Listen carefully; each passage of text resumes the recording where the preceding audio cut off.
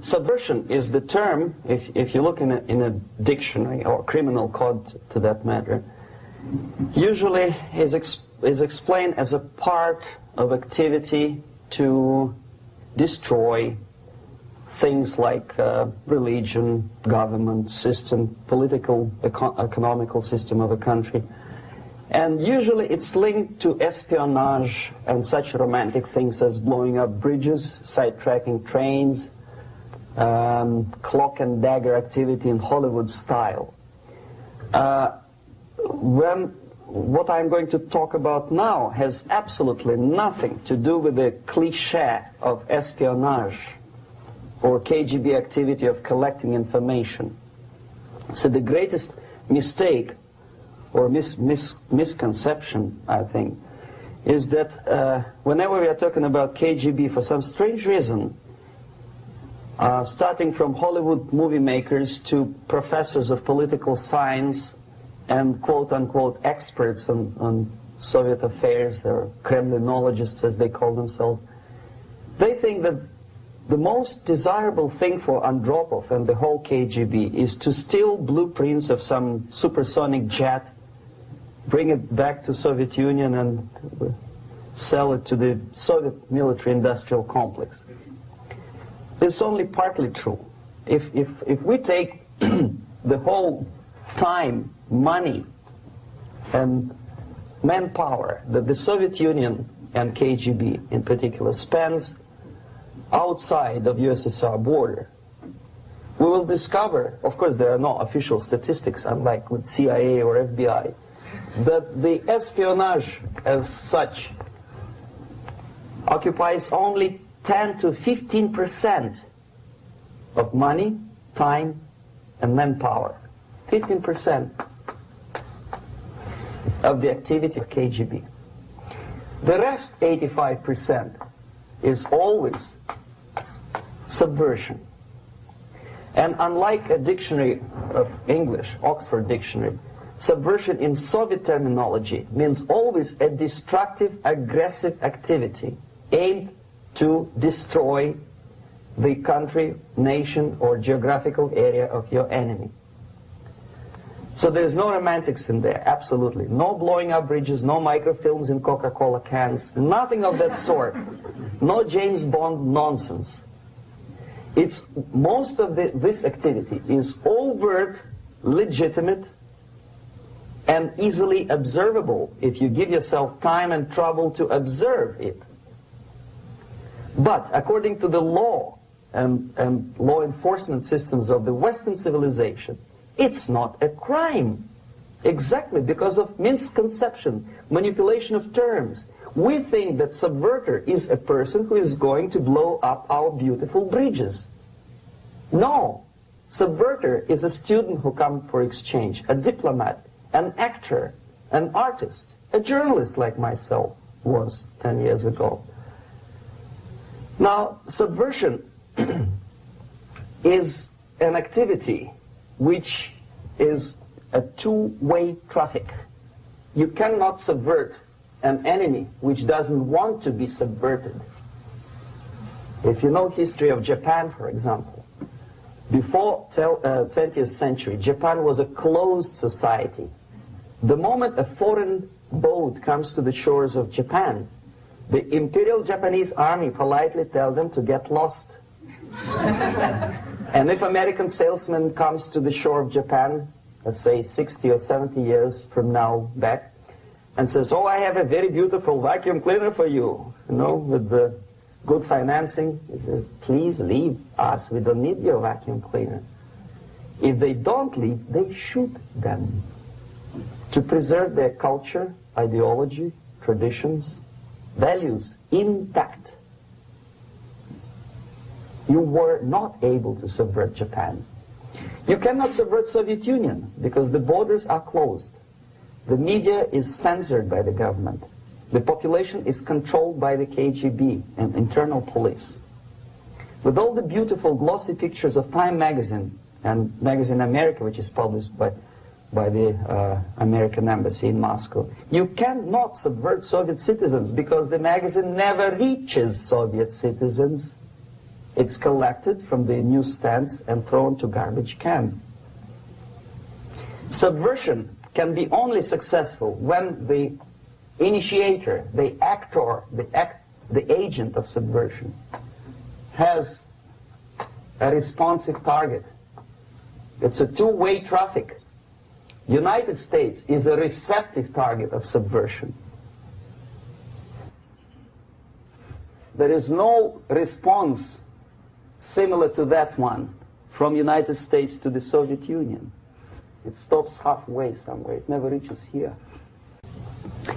The theory of subversion goes all the way back 2,500 years ago. The first human being who formulated the tactics of subversion was a Chinese philosopher by the name of Sun Tzu.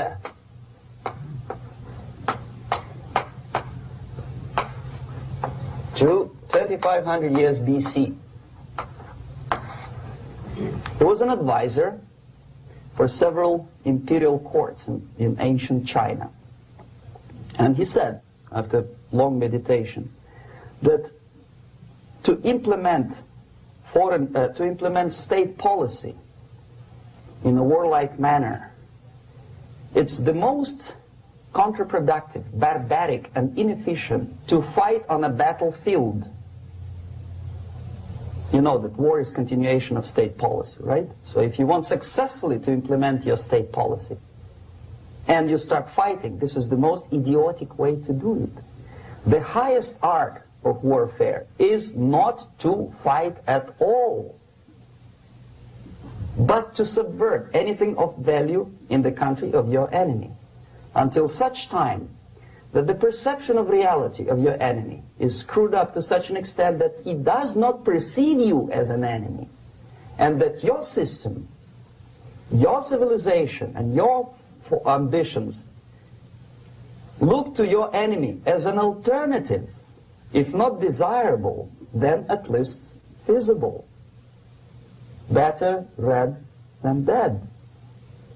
That's the ultimate purpose, the final stage of subversion, after which you can simply take your enemy without a single shot being fired, if the subversion is successful. This is basically what subversion is. As you see, not a single mentioning of blowing up bridges. Of course, Sun Tzu didn't know about blowing up bridges. Maybe there were not that many bridges at that time. But the basics of subversion is being taught to every student of KGB school in USSR and to officers of military academies. I'm not sure if the same author is included in the list of reading for American officers, to say nothing about ordinary students of political science. I had difficulty to find the translation of Sun Tzu in the library of a university in Toronto and later on here in Los Angeles. But it's a book which is not available. It is forced to every student in USSR. Every student who is taught to be dealing further in his future career with foreigners. What subversion is? Basically, it consists of 4 periods, time-wise. If we start from here and go this way, time, right? This is the beginning point. The first stage of subversion is the process which is called, basically, demoralization. It says for itself what it is.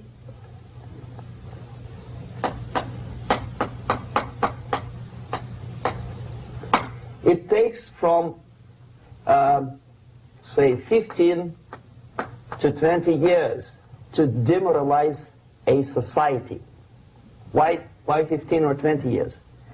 This is the time sufficient to educate one generation of students or children. One generation.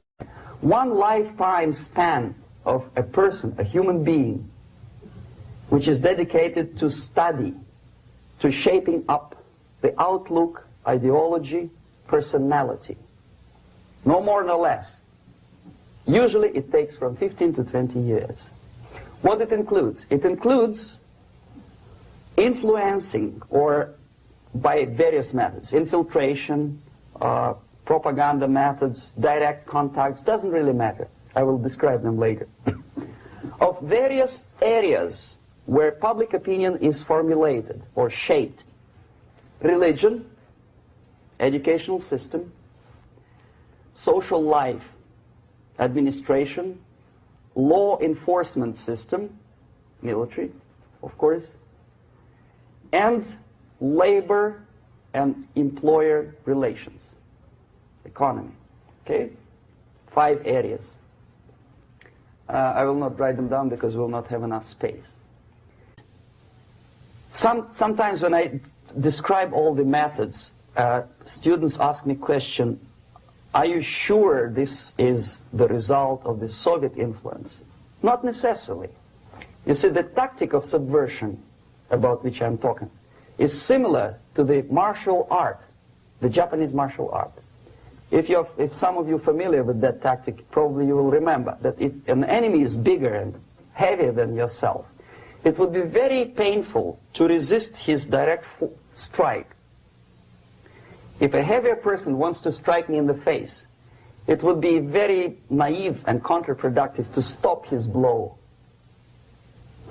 The Chinese and Japanese judo art tells us what to do.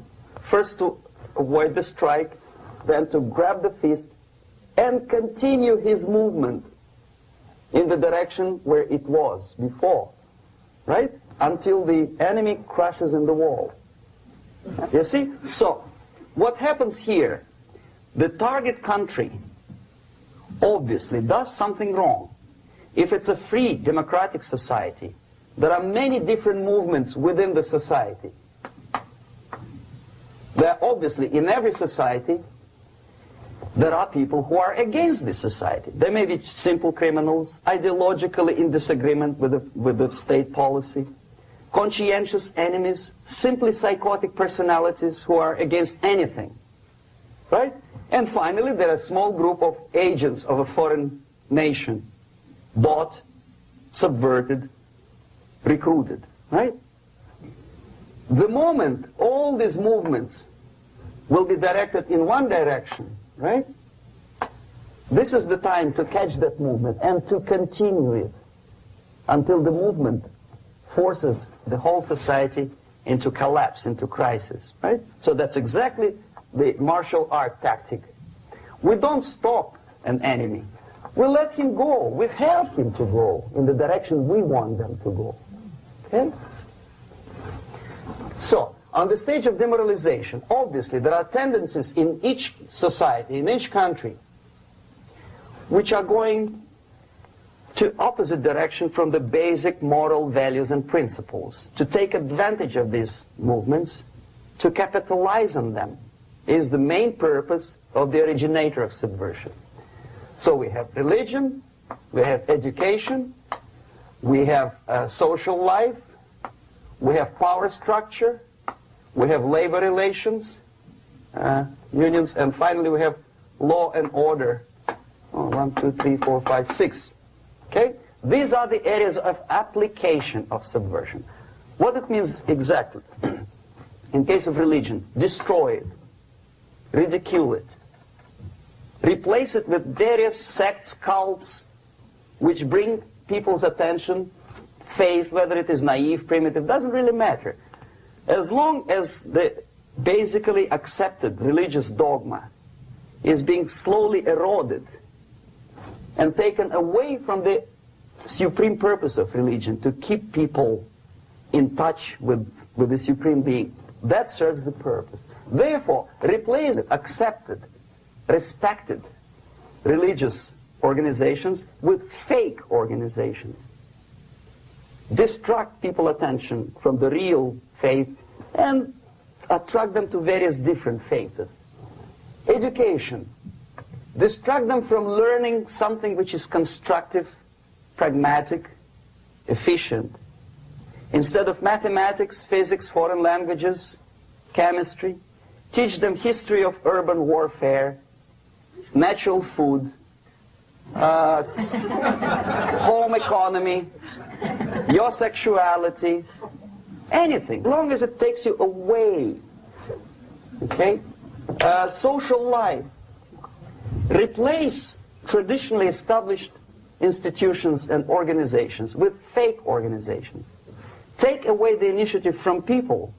Take away the responsibility from naturally established links between individuals, group of individuals, and society at large, and replace them with artificially, bureaucratically controlled bodies.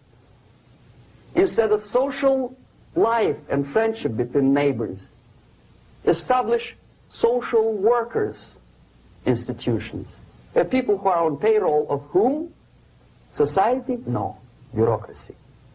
The main concern of social workers is not your family, not you, not social relations between groups of people. The main concern is to get the paycheck from the government.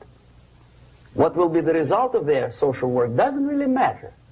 They can develop all kind of concepts to show to the government and to the people that they're useful. Okay. Away from the natural links. Power structure. Okay. The natural bodies of administration, which are traditionally either elected by people at large or appointed by elected leaders of society, are being actively substituted by artificial bodies. The bodies of people, groups of people, whom nobody elected.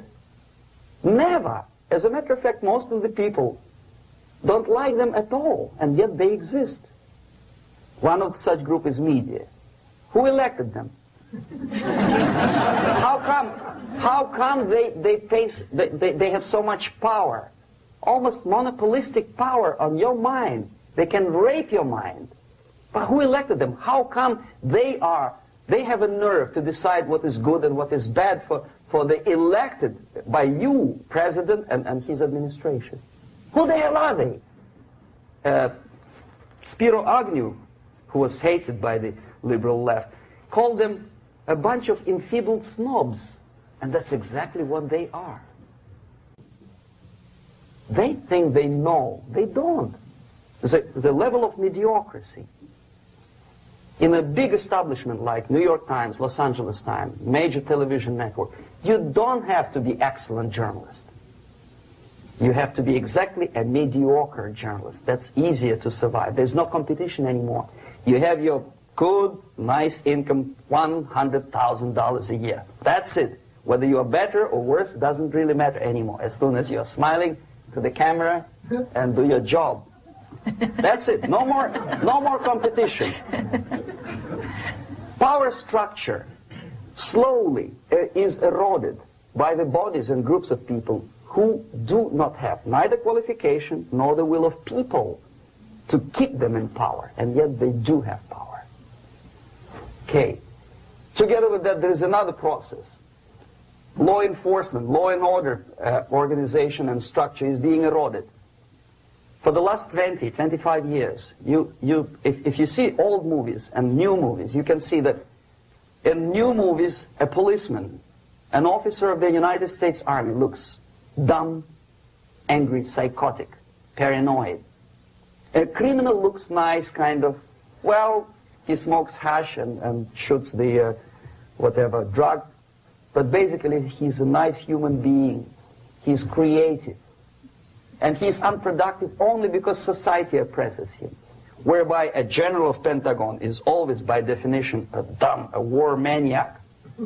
A policeman is a pig, rude policeman. He abuses his power. You know? A generalization like that. The hatred, the mistrust to the people who are supposed to protect you and enforce law and order. Moral relativity. The Angelo Buono process lasted 2 years in Los Angeles. And yet there are still some lawyers who say, look, he's a nice character, as a matter of fact.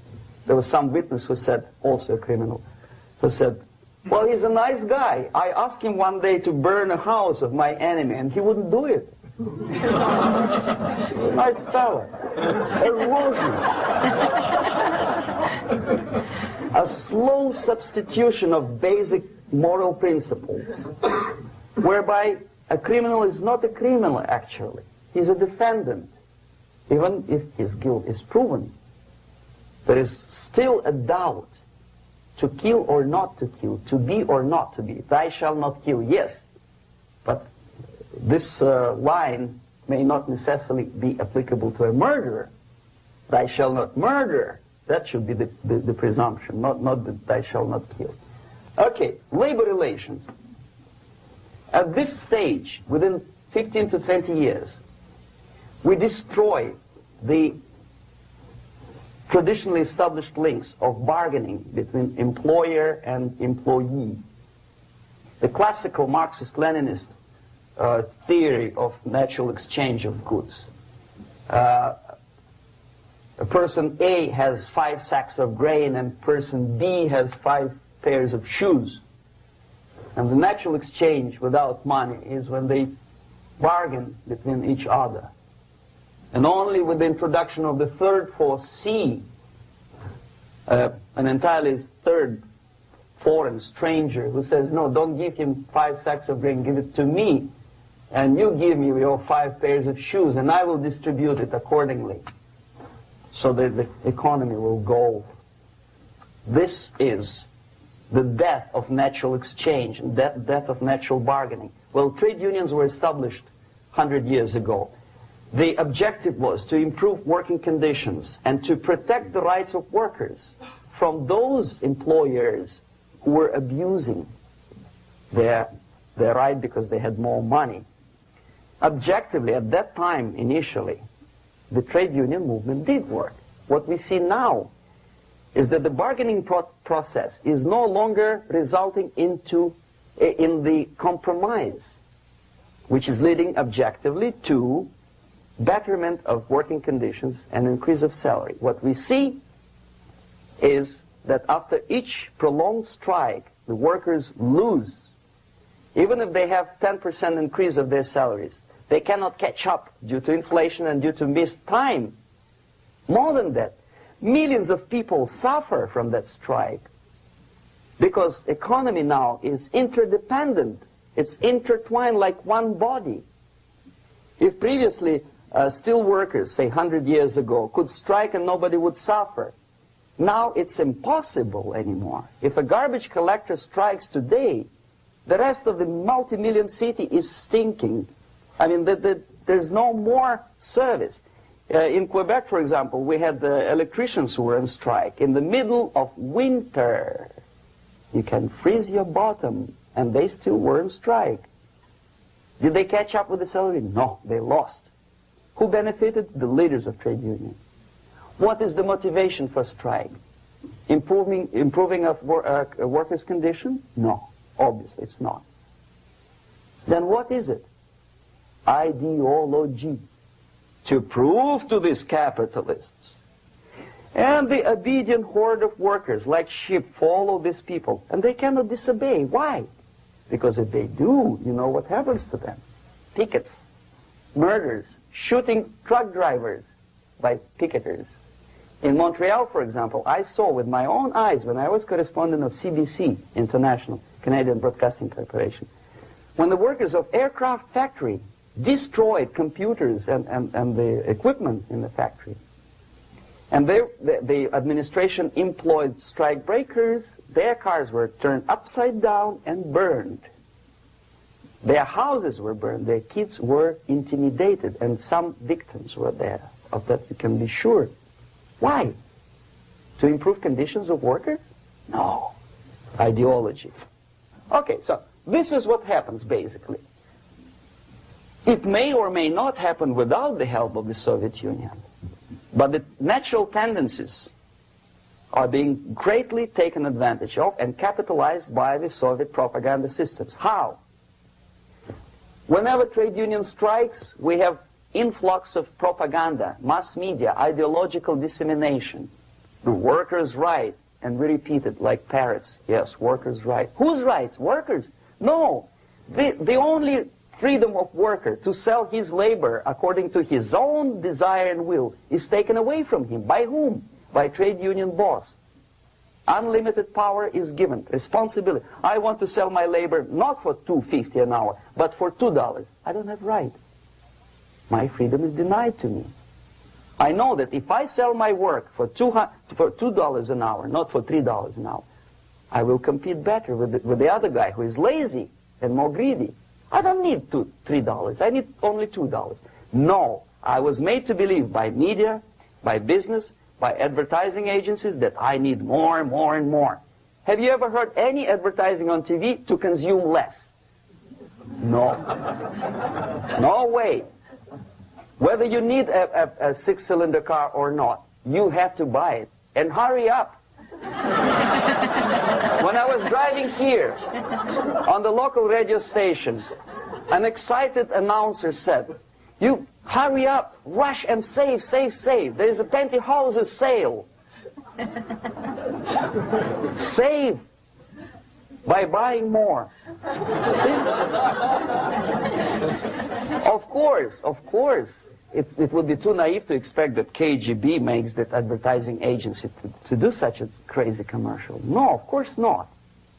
But what we did when I was working for Novosti Press, we would snow plow editorial offices, student organizations, religious groups with literature of class struggle.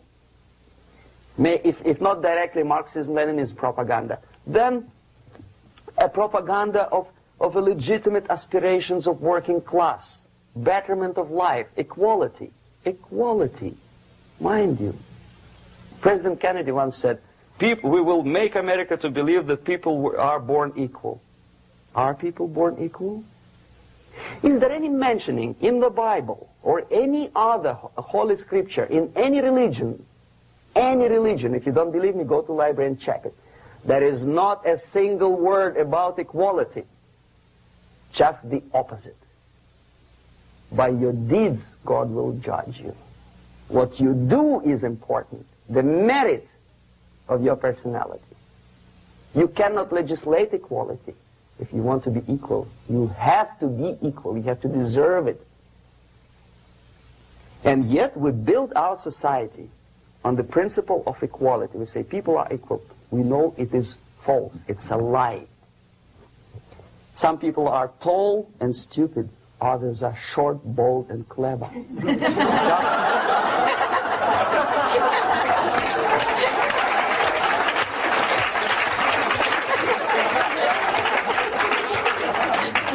If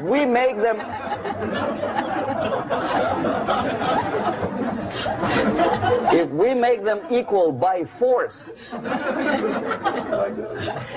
if we put the principle of equality in the basis of our socio-political structure, it's the same thing as building a house on sand.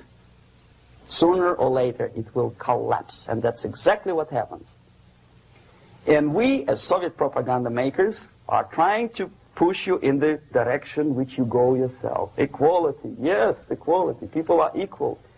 Land of equal opportunities. Is it true or not? Think about it. Equal opportunities. Should there be equal opportunities? For me and for a lazy bastard who comes here from some other country and immediately registers as a welfare recipient benefits? I never received a single dollar. No, sorry, I did receive once. But I never applied for welfare. For the 13 years, I took any job. Security guard, journalist, taxi driver, anything.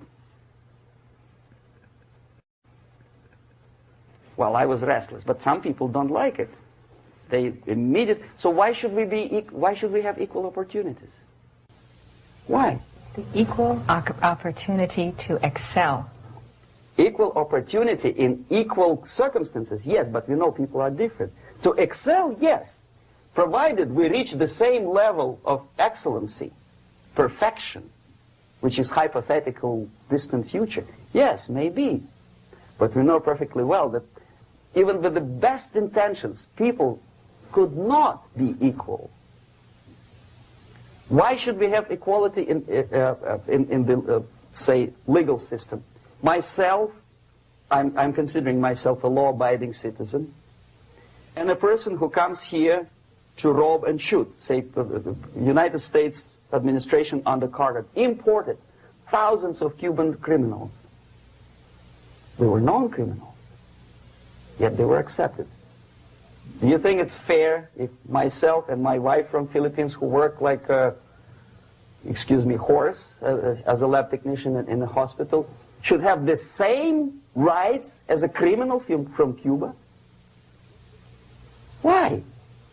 And yet we repeat as parrots, equality, equality, equality. And the Soviet propaganda system helps us to believe that equality is something which is desirable. Democracy, as it was established by fathers of this country, of this system in the last century, is not equality. It's the system where different people, unequal people, have a chance to survive and help each other in constant competition, in constant perfection, not in equality, which is superimposed from a godfather or nice person in Washington, D.C. And the absolute equality exists in Soviet Union, quote-unquote equality. Everybody is equal in dirt, except some people are more equal than the others in Politburo. So, the moment you bring a country to the point of almost total demoralization, when nothing works anymore, when you are not sure whether it is right or wrong, good and bad, but there's no division between evil and good, when even the leaders of church sometimes say, well, violence for the sake of justice, especially social justice, is justified in countries like Nicaragua, El Salvador, well, maybe Rhodesia, and we listen to them and say, yeah, probably it's true. Is it true? No, it is not true. Violence is not justified, especially for the sake of quote-unquote social justice introduced by Marxist-Leninists, that is my former colleagues from Novosti Press Agency. Okay, so we reached that point. The next step is destabilization.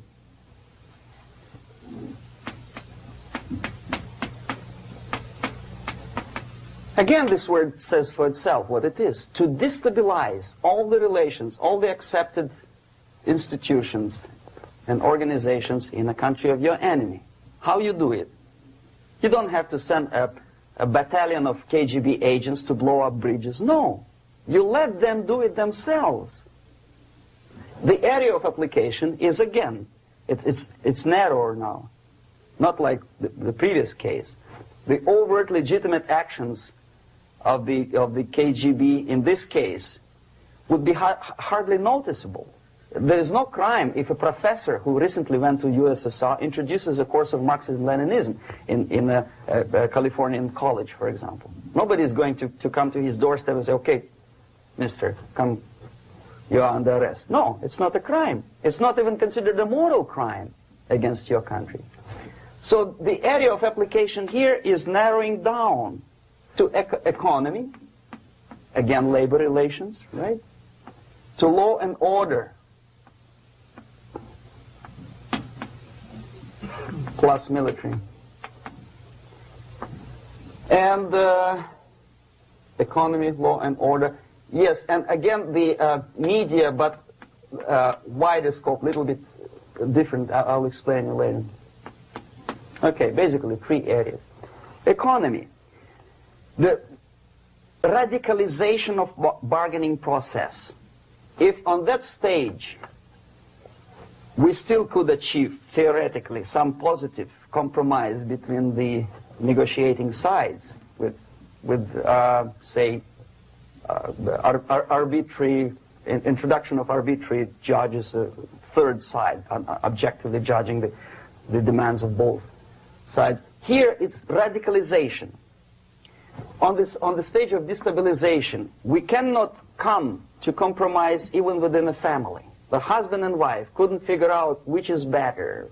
Husband wants his kids to eat at the table, and wife wants a child to roam around the room and drop food all over the floor. They cannot come to compromise unless they start a fight. It's impossible to reach a compromise, constructive compromise, between neighbors. Some people say, I don't like you to watering your lawn at that time because exactly at that time I'm walking my dog and he's getting nervous. He cannot pass his bowels, you know. So they cannot compromise. They go to a civil court or something like that. Radicalization of human relations. No more compromise. Fight, fight, fight. The normal, traditionally accepted relations are destabilized. The relations between teachers and students in schools and colleges. Fight. The relations between, in economical sphere, between laborers and employers are further radicalized. No more acceptance of the legitimacy of demands of workers. Unlike Japanese, with the theory Z, if you ever heard about it, where the workers are involved in decision-making process, therefore they don't have moral incentive to fight their bosses. In the United States, it's just the opposite. The harder is the fight, the better. The more heroic they look.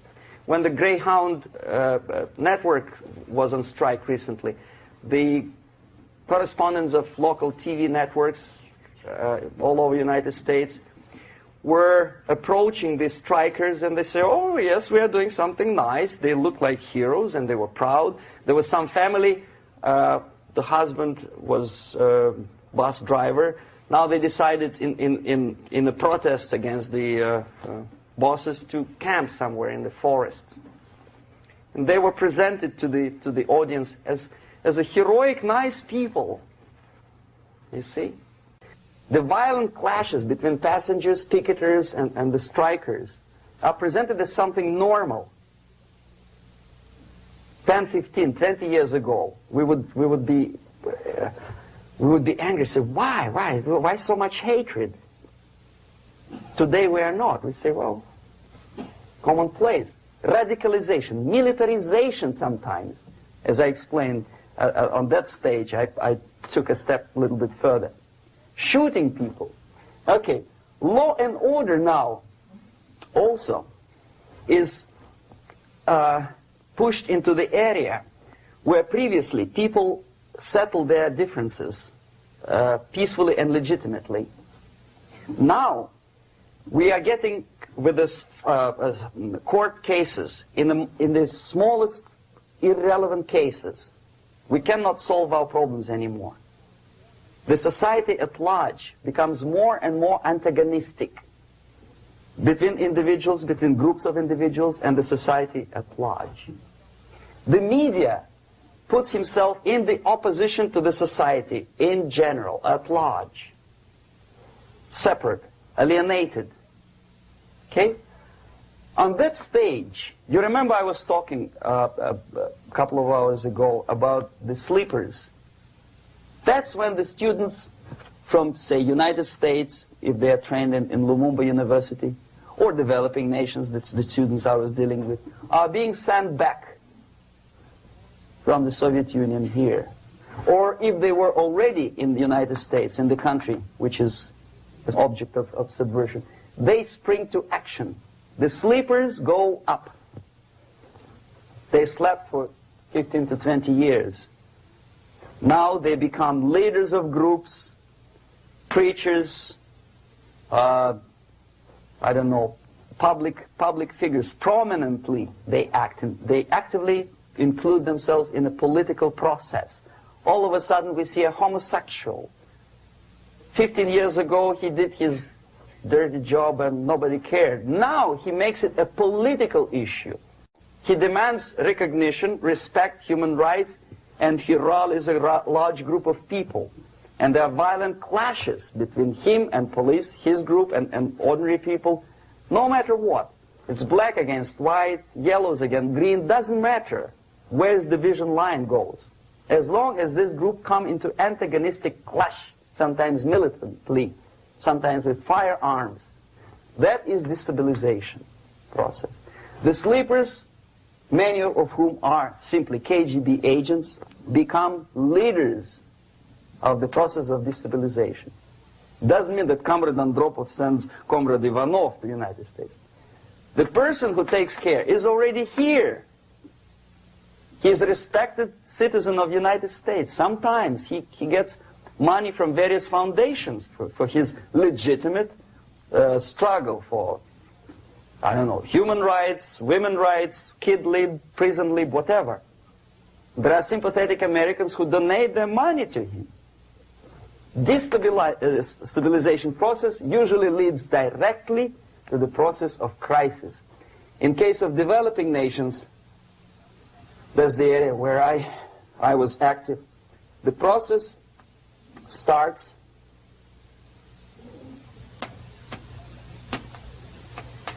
when the legitimate bodies of power, the social structure collapse. It cannot function anymore. So instead, we have artificial body injected into society, such as non-elected committees. You remember I was talking about them here. Social workers who are not elected by people, media who are self-appointed rulers of your opinion, some strange groups which claim that they know how to lead society forward. They don't usually. All they care is how to collect donations and sell their own concocted ideology, mixture of religion and ideology. Here, we have all this artificial body claiming power. If the power is denied to them, they take it by force. In case of Iran, for example, all of a sudden we have revolutionary committees. What kind of revolution? There was no revolution yet, and yet they had the committees. They were taking power of judgment. They had the power of execution, they had the power of legislation, and that they had the power of judicial.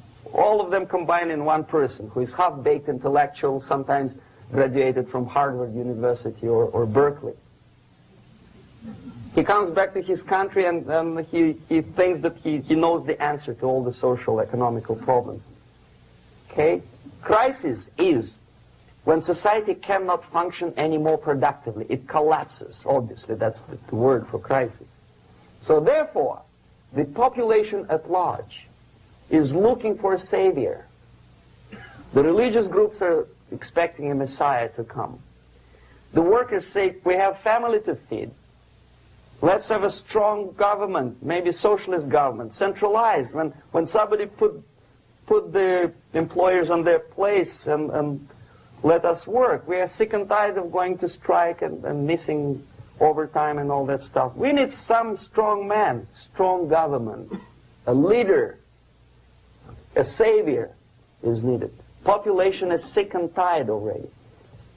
And here we are. We have a savior.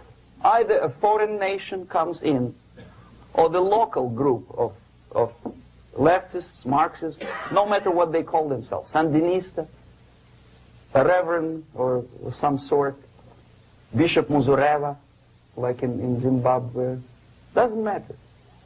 A savior comes and says, I will lead you. So we have two alternatives here.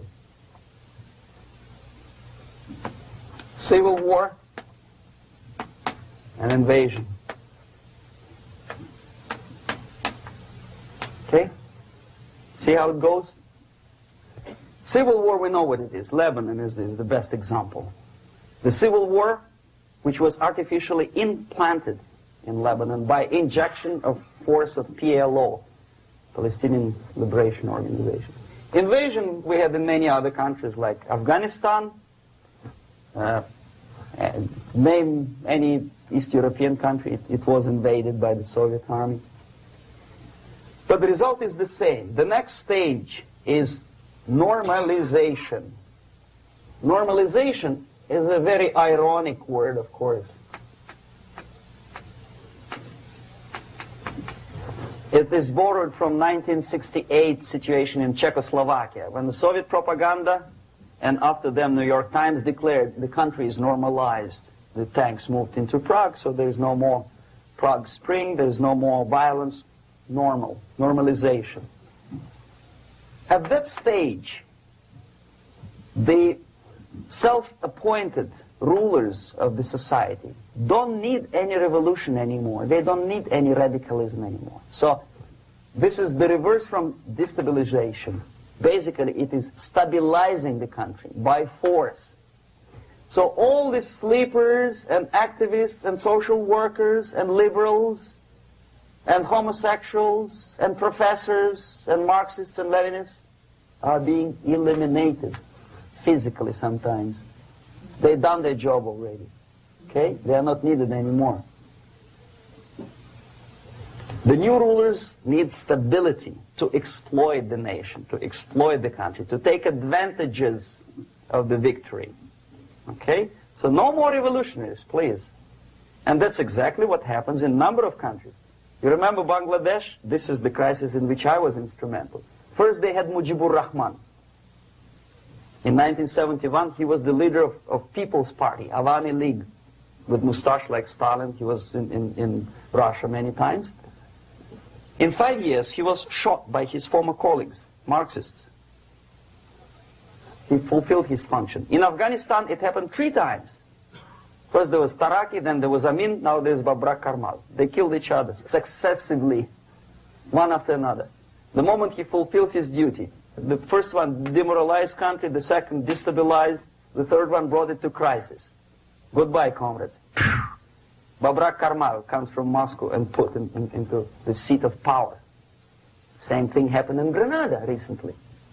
Maurice Bishop, Marxist, was killed by Austin, what's his name, General something, who was also a Marxist. Right? So no more revolutions, please. Normalization now. From now on, no more strikes, no more homosexuals, no more women lib, no more kid lib, no more lib, period. Good, solid, democratic, proletarian freedom. That's it. Now, to reverse this process takes enormous effort. When today, United States had to invade Grenada to reverse the process of subversion. Some people say, boy, this is not good, it's not kosher to invade the beautiful country, island of Grenada. Well, why didn't you stop the process here, when Grenada was just approached by leftists? Why not to prevent Maurice Bishop to come in power in the first place? Did Grenadians want him? Very questionable. They didn't know who was Maurice Bishop in the first place. He came to power by coup d'etat himself. Okay?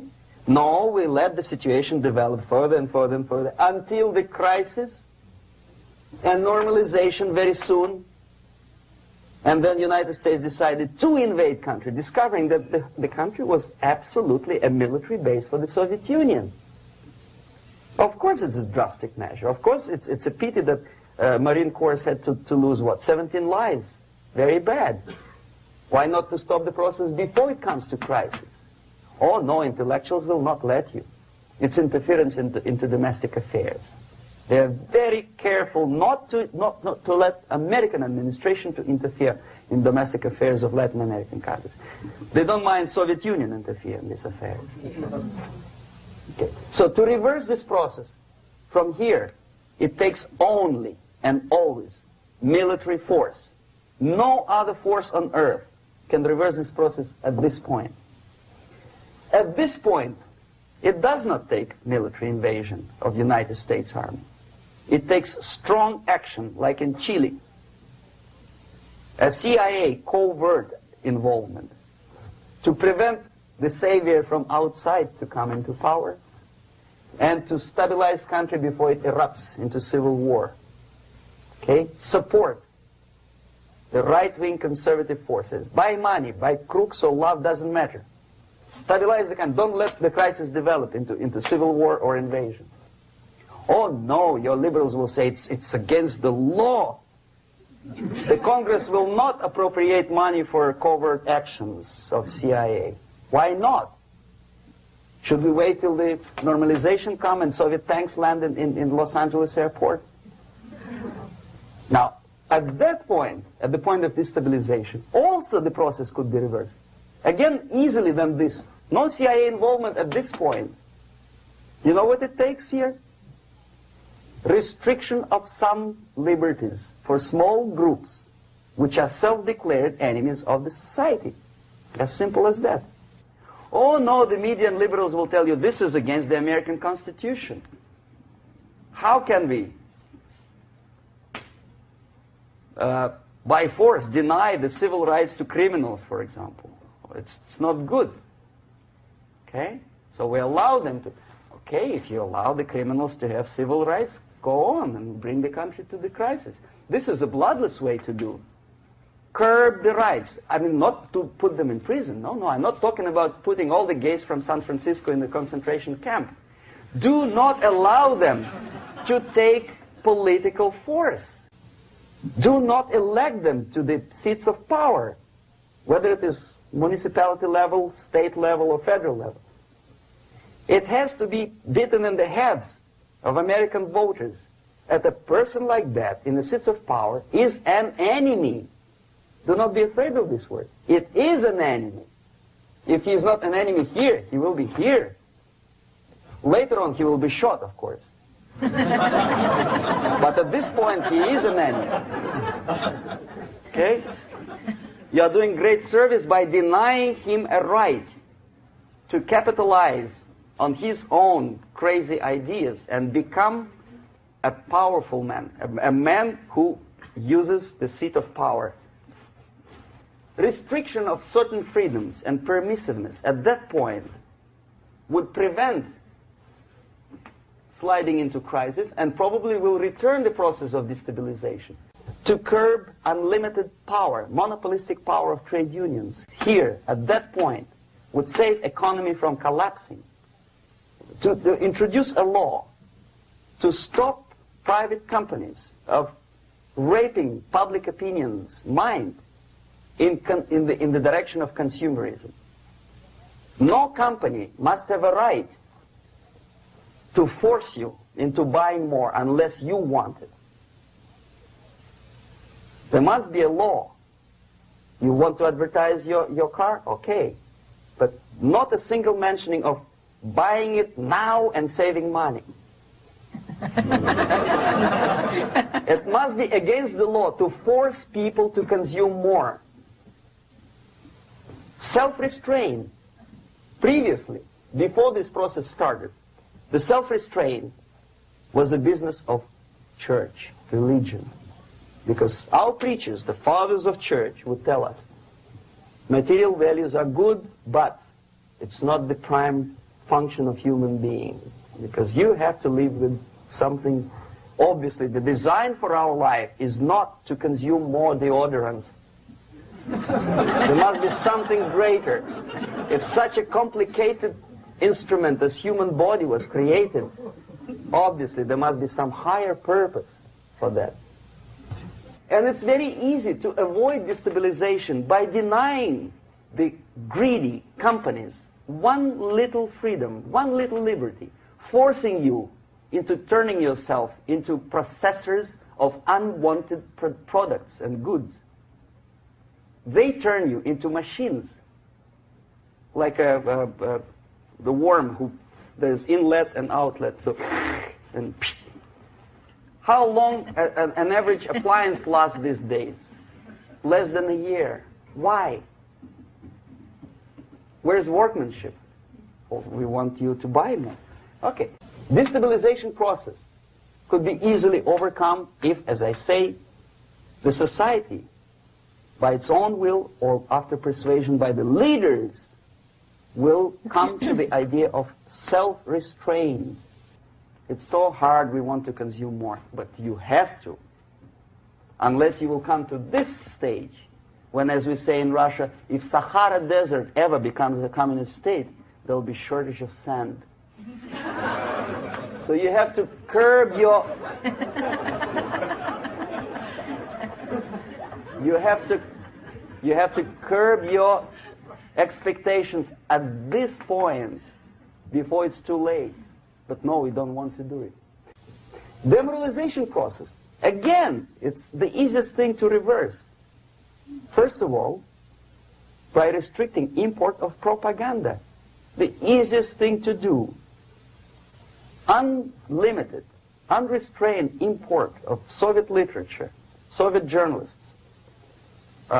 Giving Soviet propaganda and ideological agitators equal time on American TV networks. It has to be stopped. And it's easy. They won't be offended, mind you. As a matter of fact, they will respect America more. But when my former colleague Vladimir Posner appears on Nightline And Ted Koppel asked him, well, Vladimir, what do you think about this? And what can he think? He is an instrument of propaganda. He thinks what Comrade Andropov tells him to think. He's just a nice, articulate mouthpiece of the Soviet subversion system. And Ted Koppel makes you believe that my friend Vladimir Posner thinks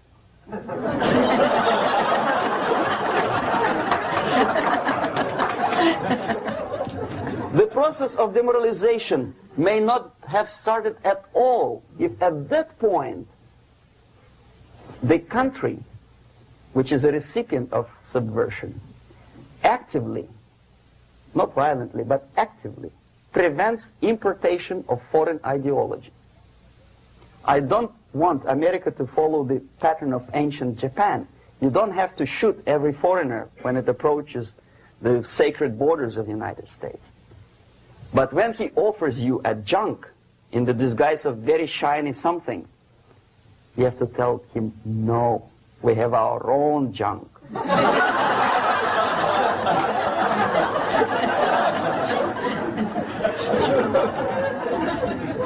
If at that point the society is strong, brave, and conscientious enough to stop importation of ideas which are foreign, then the whole chain of events could be prevented. Recently I've been to Philippines, and I was shocked how in big cities like Manila, children listen to deafening music. A melodious nation with long traditions of good, nice ethnic music, introduced by Spanish long time ago, maybe 2 centuries, 3 centuries ago, I don't remember how long. All of a sudden listen to musical garbage, blasting their radios at full blast, at full volume. Why? In India, I spent many years watching the reactions of Indians walking out of movie theaters after seeing Hollywood production. They couldn't figure out why Americans are so wasteful. They smash their cars, their shiny cars, every 5 minutes. How come they shoot each other for $500,000? Is it true that they're so obsessed with sex? Can you imagine showing a movie where each 5 minutes there's a copulation on the screen to a country like India with long tradition of respect to these private matters, or to Pakistan? And United States expect these people to respect you? No way. Oh yes, they will see the movie, they'll pay 5 rupees to see that garbage, but they walk out and will tell their kids, don't respect Americans, don't be like Americans. See? So, the process of demoralization could be stopped right here, both as an expert and as an import. And that takes one step, one very important thing to do. You don't have to expel all the KGB agents from Washington, D.C. The most difficult and at the same time the simplest answer to the subversion is to start it here and even before, by bringing back the society to religion, something that you cannot touch and eat and put on yourself, but something that rules society and makes it move and preserve it. A Soviet scientist, Shafarevich, who has nothing to do with religion, he is a computer scientist, did a very intensive research on the history of socialist countries. He calls socialist or communist any country with a centralized economy and a pyramidal style of power structure. And he discovered, actually he didn't discover it, he just brought to attention of his readers, that civilizations like Mohenjo-Daro in the river Indus area, like Egypt, like Maya, Incas, like Babylonian culture, collapsed and disappeared from the surface of Earth. The moment they lost religion, as simple as that, they disintegrated Nobody remembers about them anymore. Well, distantly. So, the ideas are moving society and keeping mankind as a society of human beings, intelligent, moral agents of God. The facts, the truth, the exact knowledge may not. All the sophisticated technology and computers will not prevent society from disintegrating and eventually dying out. Have you ever met a person who would sacrifice his life, freedom, for the truth like that? This is truth. I never met a person who said, this is truth and I'm ready to shoot me. To defend the truth. Right? But millions sacrifice their life, freedom, comfort, everything for things like God, like Jesus Christ. It's an honor. Some martyrs in the Soviet concentration camp died. And they died in peace, unlike those who shouted, "Long live Stalin," knowing perfectly well that he may not live long. Something which is not material moves society and helps it to survive. And the other way around, the moment we turn into 2 by 2 is 4 and make it a guiding principle of our life, our existence, we die. Even though this is true, and this we cannot prove. We only can feel and have faith in it. So the answer to ideological subversion, strangely enough, is very simple. You don't have to shoot people, you don't have to aim missiles and Pershings and cruise missiles at Andropov's headquarters. You simply have to have faith and prevent subversion. In other words, not to be a victim of subversion. Don't try to be a person who in judo is trying to smash your enemy and being caught by your hand. Don't strike like that. Strike with the power of your spirit and moral superiority. If you don't have that power, it's high time to develop it. And that's the only answer. That's it. Thank you.